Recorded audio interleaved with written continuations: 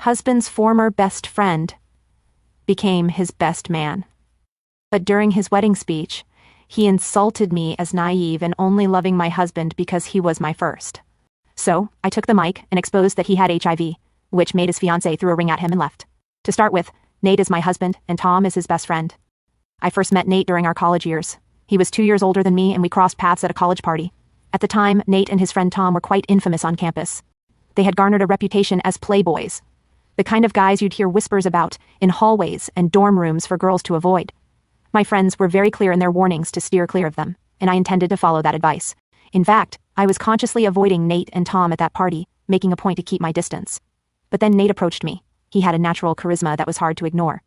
He wasn't just smooth talking, he was also kind and genuinely interested in getting to know me. There was something in the way he spoke and carried himself that made him stand out from the persona I'd been warned about. Despite my reservations, I was quite charmed by him, but didn't take things forward after that party as I wasn't sure. Nate, however, didn't give up. For days, he kept finding ways to cross paths with me, or strike up a conversation, always with that same warm and eager demeanor. Eventually, I found myself softening toward him. Against my initial judgment, I agreed to go on a single date with him, fully expecting it to be nothing more than a casual one-to-time meeting. To my surprise, Nate exceeded every expectation I had. He was very honest with me throughout our date. He was upfront about the reputation he had in our college, addressing it without defensiveness. It was refreshing and showed a side of him I hadn't anticipated, a mature, self-aware, and thoughtful side. After that date, we started meeting up more often, spending time together, and truly getting to know each other. As the days turned into weeks, our bond grew deeper, and I began to see the real Nate. He was more than what people talked about him, and I slowly started to like him. Throughout this budding relationship, Nate's best friend and roommate Tom made it clear that he disliked me. Both men shared an apartment during college, splitting rent and spending a lot of time together. So naturally, I saw Tom frequently whenever I went over to visit Nate. From the very beginning, Tom made it clear that he wasn't particularly thrilled about my presence in Nate's life. He never outright said it, but his actions and words spoke volumes. Whenever Nate and I were together, Tom would scoff, rolling his eyes dramatically or making offhanded comments about how Nate was getting boring for spending too much time with just one woman. To him, it was unthinkable that his once carefree, fun-loving friend was now devoting so much of his time and attention to just me. When Nate was out of earshot, Tom would sometimes taunt me, almost gleefully, predicting that Nate would eventually get tired of me, as he usually does with other women. According to Tom, it was only a matter of time before Nate would lose his sudden interest in me and move on to the next girl, as he always did. However, that never happened. Nate and I got more and more serious, and I could tell that Tom wasn't just surprised, he was unsettled by this. When we officially became a couple, Tom's teasing escalated into outright hostility. I vividly remember one argument in particular that left me both shocked and hurt. Tom confronted Nate, questioning his choice to be with someone like me. He sneered, pointing out that I wasn't beautiful or even a blonde, insinuating that I was somehow not worthy enough to be Nate's girlfriend. It was a cruel jab, one that was clearly meant to undermine me. I am glad that Tom attacked me so openly because it made Nate see for the first time just how much his best friend disliked me. Thankfully, Nate didn't stand for it. Nate yelled at Tom for saying those things about me and forbade Tom from ever speaking about me that way again. Nate made it clear that he wouldn't tolerate any disrespect toward me. It was a relief to see Nate stand up for me. Rather than backing off, Tom doubled down. He insisted that he knew Nate better than anyone else, and based on their years of friendship, he was confident that I wasn't the right kind of woman for Nate. After this, Nate and Tom had a heated yelling match. Nate demanded that his friend apologize to me, but Tom stubbornly refused, escalating the tension between them. It was only after that incident that Nate and I began to distance ourselves from Tom as much as possible. Nate was deeply upset by the way Tom had spoken about me and his unwillingness to respect our relationship. For me, I was really happy that Tom had exposed himself and that Nate was supporting me. The way Nate stood up for me only reinforced my feelings for him. It was clear that he wasn't willing to let anyone, even his closest friend, undermine what we had built together. When the time came for Nate and Tom to renew their rent agreement, Nate chose not to continue living with Tom. Instead, he and I decided to take the next step in our relationship and look for a place to live together. This decision infuriated Tom further, who took it as a personal betrayal. That man-child was so furious at me one day on campus when he confronted me in a fit of rage. He screamed at me in front of everyone, accusing me of being the reason Nate wasn't renewing the lease with him. He claimed that I was the one who had come between them, breaking up their friendship. I wasn't one to back down from such baseless accusations, especially given how melodramatic and unreasonable he was being. I stood my ground and told Tom firmly that he needed to stop overreacting. Nate and I had made a mutual decision to move forward in our relationship, and it wasn't about him. I told Tom plainly that if he had a problem with it, he should take it up with Nate instead of lashing out at me. Later, when Nate found out about this confrontation, he was furious with his friend. He confronted Tom directly, yelling at him and laying down clear boundaries. Nate warned Tom in no uncertain terms to stay away from me and to never speak to me like that again. As planned, Nate and I did end up moving in together, starting a new chapter in our lives. With that, we made a conscious decision to basically cut off Tom from our lives. It was a difficult choice for Nate given their history as friends, but it was necessary for the health of our relationship. After college, Nate and I moved to a different city for our jobs. Our relationship has continued to thrive, and we have been happy with each other. 3 months ago, Nate proposed to me and obviously I said yes, he is my soulmate. All our friends and family are very happy for us. It was during this busy but happy time that Tom unexpectedly resurfaced. You see, Tom reached out to Nate through Facebook, wanting to reconnect. It turned out that he had also moved to the same city where we now lived. Tom wanted to meet up with Nate after all these years and get to know him again. When Nate told me about Tom reaching out, I was a bit surprised, but I wasn't completely against it. Given how much time had passed since the old drama during our college years, I didn't see a problem with them meeting up. After all, some people do change, and I trusted Nate's judgment to handle the situation maturely. After their meeting, Nate came back home to tell me that Tom had appeared much calmer and more grounded than he had been back in college. What's more, Tom seemed genuinely interested in catching up on Nate's life, and even learning more about our relationship. He had even been apologetic to Nate about all the times he had demeaned me during college, which caught me off guard. I hadn't expected such sincerity from Tom, and it made me relieved that he had grown up. Tom had also mentioned to Nate that he was currently engaged to his fiancée Georgia, and they were also in the midst of planning their own wedding. I was genuinely happy for Tom, and relieved to hear that he seemed to be in a good place. Over the next few weeks, Nate and Tom continued to spend several weekends together playing golf and rekindling their old friendship. Nate spoke warmly about their conversations. Unfortunately, my own schedule has been incredibly hectic. Between work responsibilities and the endless details involved in wedding planning, I simply hadn't had any time to meet Tom in person yet, but I had spoken to him briefly over the phone a few times. He was polite and friendly during those conversations, and though I was initially cautious, his demeanor suggested he had indeed matured. Today, me and Nate were discussing the wedding, and he surprised me by asking if he can make Tom his best man. Up until this point, Nate hadn't finalized who he wanted for the role, and I know how close he and Tom once were. It's clear that this decision means a lot to Nate, especially with how they've reconnected over the past few weeks. Although I want to say yes, I can't shake a sense of unease about the possibility. I recognize that people change, and from everything Nate has told me, it seems like Tom has grown since our college days. On the surface, I should probably feel okay about this decision. However, I can't help but be reminded of the history between us, the things Tom said and did that hurt me deeply back then. He didn't approve of me back then, and while he seems polite now, a part of me wonders if those old sentiments have truly disappeared. At the same time, I know how much Nate values his friendship with Tom. They shared so much of their lives together during college, and reconnecting now seems to have brought Nate a lot of happiness. I don't want to be the person who stands in the way of that, or who tells Nate he shouldn't have his best friend by his side on such an important day. If I were to express my discomfort and ask Nate not to make Tom his best man, I know Nate would absolutely listen to me. That's the kind of person he is: caring, thoughtful, and always willing to prioritize my feelings. I have no doubt that he would respect my wishes without a second thought simply because he loves me and wants me to feel secure. But I don't want to be the woman who prevents my partner from making a choice that is meaningful to them. I don't want to come across as controlling or as though I'm holding on to old grudges from the past. After all, our wedding is a celebration of love, growth, and new beginnings. And I don't want any lingering negativity from the past. Yet there's still a small voice inside me that keeps telling me to be careful. I feel caught between wanting to support Nate's happiness and grappling with my own unresolved feelings about Tom. So Reddit Ida, if I refuse Tom to be part of our wedding celebration, or am I overthinking this? Update 1. I have read all of your comments and I agree that Tom might still have unresolved feelings with me, but he does miss his best friend Nate, which is why he reached out after so long. So, I have made the decision to let Nate invite Tom to be his best man. After thinking it through, I realized how much this means to my partner. Seeing Nate genuinely happy about reconnecting with his college best friend has made me understand that this is something deeply important to him. I don't want to dampen that happiness or make things unnecessarily complicated, especially during a time that's supposed to be joyful and celebratory for both of us. Throughout our relationship, Nate has always shown me love, respect, and unwavering support. He stood up for me in the past, even when it meant confronting Tom and setting clear boundaries. That gives me confidence now to trust his judgment and his choice. I know that Nate hasn't made this decision lightly, so if he feels that Tom deserves this role at our wedding, then I'm willing to support that. More importantly, I see this as an opportunity, a chance for all of us to finally move on from the past. Weddings are a time for love and forgiveness. I hope this can be a turning point. Maybe Tom and I can use this moment to rebuild a cordial relationship, if not a true friendship. I hope everything works out. Update 2. This week, me and Nate got married, and I finally got to meet Tom and his fiancée Georgia. Just a warning, things didn't go exactly as planned. You see, initially during the wedding, Tom seemed polite and cordial towards me. His fiancée was bubbling with excitement about her own wedding plans. It was during the reception when the real trouble began. As the drinks flowed and everyone began to loosen up, the atmosphere was festive. Nate and I were having an incredible time, reveling in the spotlight. This is when Tom got up to deliver his best man speech.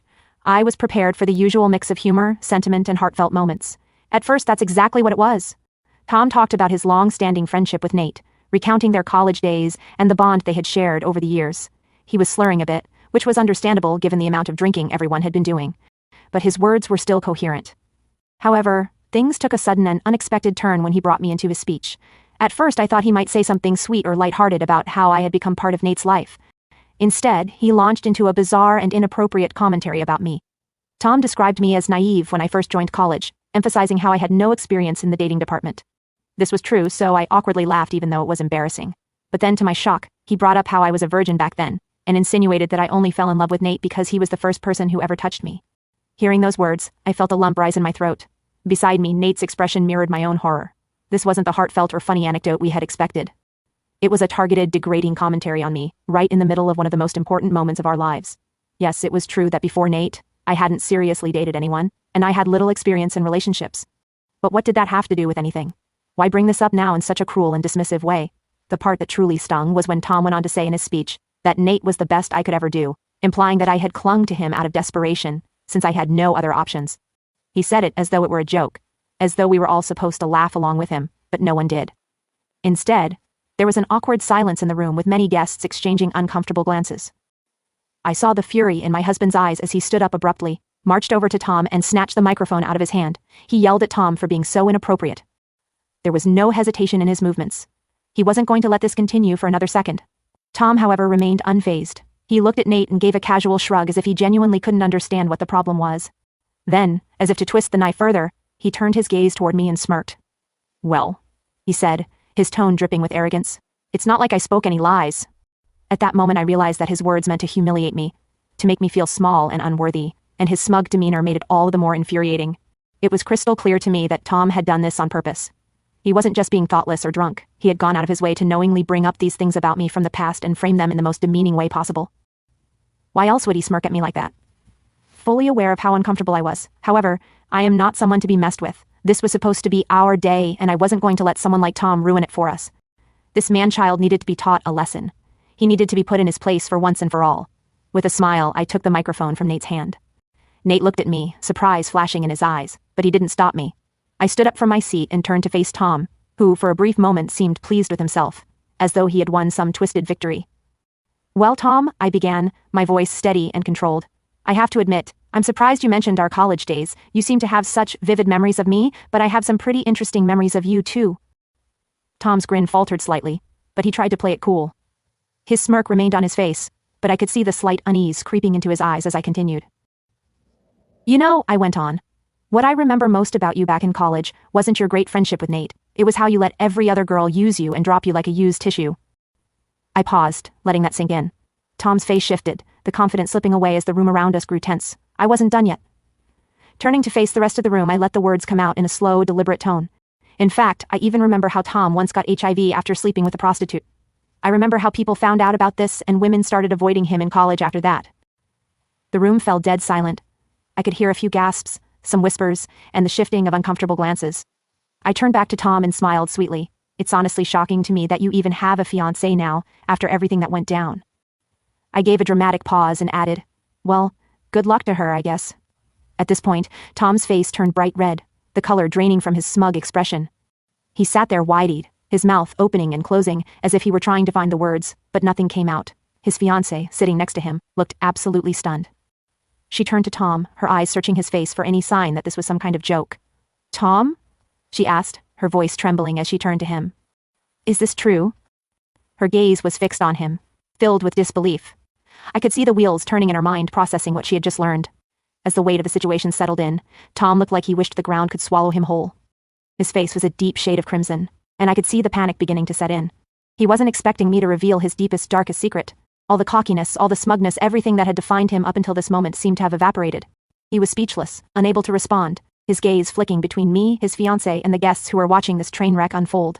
For the first time, Tom had to face the consequences of his actions. Not just the words he had said, but the person he truly was. As his fiancée looked at him, Clearly struggling to come to terms with the revelations, I couldn't help but feel a sense of satisfaction. Tom had crossed a line, and I wanted to make sure that everyone knew exactly who he was. He might have thought he could humiliate me, but in the end, it was he who was left humiliated. Eventually, Tom had no choice but to admit that everything I had spoken about him was true. Hearing this confession, his fiancée Georgia erupted in anger. She screamed at him, her face twisted in disbelief and fury. Without a moment's hesitation, she threw a glass of champagne directly at Tom's face. "You lied to me!" she shouted, tears welling up in her eyes. "You have HIV and never even told me. How dare you? How could you hide this from me?" Tom, looking like a deer caught in headlights, scrambled to explain himself.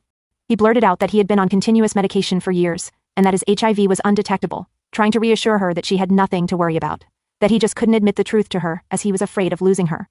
He begged her to calm down so they could talk about this later. But Georgia wasn't having it. She didn't believe a word he was saying. The damage had been done, and there was no going back from this. Georgia ripped off her engagement ring and threw it straight at his face, the diamond glinting in the air before it struck him.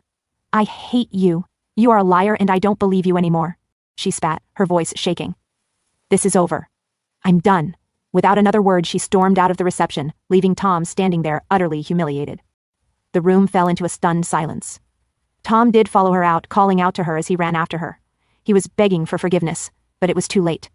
The damage he had done to both Georgia and his reputation was beyond repair. Watching this unfold, I couldn't help but feel a strange sense of justice. Tom had tried to humiliate me in front of everyone, but in the end, it was him who ended up being exposed and destroyed. After this, I braced myself for backlash. I fully expected some of the guests in my wedding, and maybe even Nate, to be upset with me for what I had done. After all, I had knowingly exposed Tom, but only because he had tried to mess with me first. Much to my surprise, everyone was incredibly kind and understanding. People approached me after the scene, expressing their support and understanding. They could see why I had needed to stand up for myself. No one seemed angry at me for putting the truth out there. Even Nate supported me. He pulled me aside, apologizing for ever inviting Tom to the wedding in the first place. He told me how sorry he was that I had to go through all of that, especially on our big day, just because of his stupid decision to invite Tom as his best man. He assured me, with complete sincerity, that he would never let Tom into our lives again after what had just happened. I could see the genuine concern in his eyes. As much as I appreciated his support, I couldn't help but feel bad for my husband. Nate is such a nice guy, and he always sees the good in people, even when they don't deserve it. It was heartbreaking to see him betrayed by someone he had considered a close friend, someone he had trusted for years. It pained him to see his old friend act in such a disgraceful way. Still, I am grateful for Nate's unwavering support and understanding. He has made it clear that our life together is his top priority, and that we will be moving forward without any more drama from Tom. In the end, I know that standing up for myself was the right thing to do. No matter how messy or dramatic my wedding became, it wasn't just about exposing Tom. It was about reclaiming my dignity and taking control of my own story. I wasn't going to let anyone, especially him, make me feel small or humiliated anymore. And with Nate by my side, I know I have someone who will always have my back no matter what. Update 3. First off, I want to acknowledge that I understand why some people are saying what Tom did could be considered criminal, especially when it comes to the lack of disclosure about his HIV status to his fiancée. In many places, there are legal requirements around disclosing such information in relationships. And if Georgia decides to pursue it, I fully support her right to hold Tom accountable for his actions. He betrayed her trust in the most unimaginable way, and I sincerely hope she gets the justice and peace of mind she deserves. As for those who feel I knowingly exposed Tom out of malice, I want to make it clear that wasn't my intention. Yes, I wanted to get back at him for mocking me at our wedding, especially for calling me a virgin and belittling me in front of our guests. But I had no idea that Tom had really been hiding such a serious secret from his fiancée. I thought at the most, he would be embarrassed in front of the guests, but I had no idea that he had been dishonest with his partner as well. After everything Tom has done to me, I was simply standing up for myself after years of him treating me like trash. The fact that he was lying to Georgia is something I could never have predicted, and I can't help but feel a strange sense of relief that she now knows exactly who she's dealing with. In a way, maybe this was the universe's way of helping Georgia. She deserves to know the truth, no matter how painful it might be. As much as I never wanted to hurt anyone, I couldn't let Tom's actions go unchecked. I had to defend myself, and if this ended up being the catalyst for Georgia finding out what kind of man Tom really is, then maybe it was all for the best. Now, as for Nate, I want to take a moment to address the criticism directed at him. He feels terrible about inviting Tom to our wedding, and he's read through all the comments. He agrees that it was his mistake, but please understand that he had no idea what Tom was capable of. Tom acted all nice and friendly in front of Nate, just to get close enough to humiliate me later. Nate genuinely believed that their years of friendship would mean Tom would act respectfully at the wedding. He never could have anticipated that Tom would behave in such a vile, disgusting manner. So please don't crucify my husband. He didn't deserve to be dragged into this mess. Also, for those asking me to get an HIV test, just in case my husband is hiding something from me, please rest assured that he isn't like Tom. Both of us go for regular health checkups, and unlike Tom, he's never slept with any questionable women. So no, he doesn't have any STD. Now, for everyone asking me what the real reason behind Tom's hatred for me is, I honestly don't know. He's just never liked me. My guess is that he wanted to keep his bond with Nate tight throughout college, but once I showed up, Nate started spending a lot of time with me instead. But I never did anything to Tom. I never tried to steal Nate away from him, and I certainly never treated him poorly. Tom's animosity toward me has always been so weird, and honestly, I'll never fully get it. Right now, Nate and I are on our honeymoon, trying to enjoy the peace and quiet after all the drama. We've decided to put all of this behind us and focus on the life we're building together. I'm done with Tom, and I don't want to talk about him anymore. I've done what I needed to do, and I don't regret my decision. Now I'm looking forward to building a future with a man I love.